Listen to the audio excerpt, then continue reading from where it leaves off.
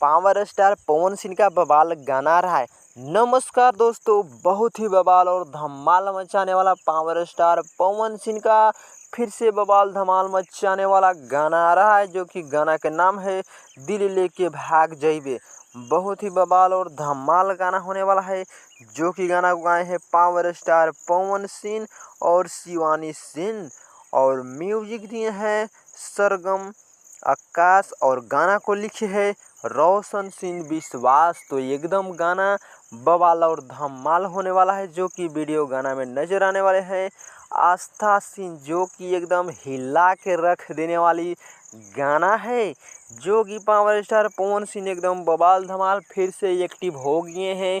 गाना आने वाला है पावर स्टार पवन सिंह के, गाना आएगा तो लगातार बैक टू बैक गाना आएगा, क्योंकि बोलबम गाना 3 गो कंप्लीट कर लिया गया है।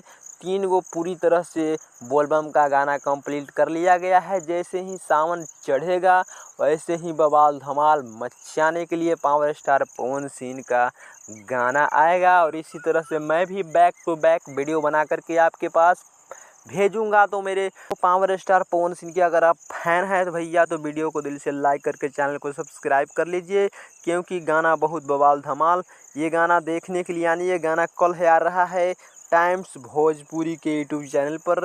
देखिएगा, बवाल धमाल गाना होने वाला है।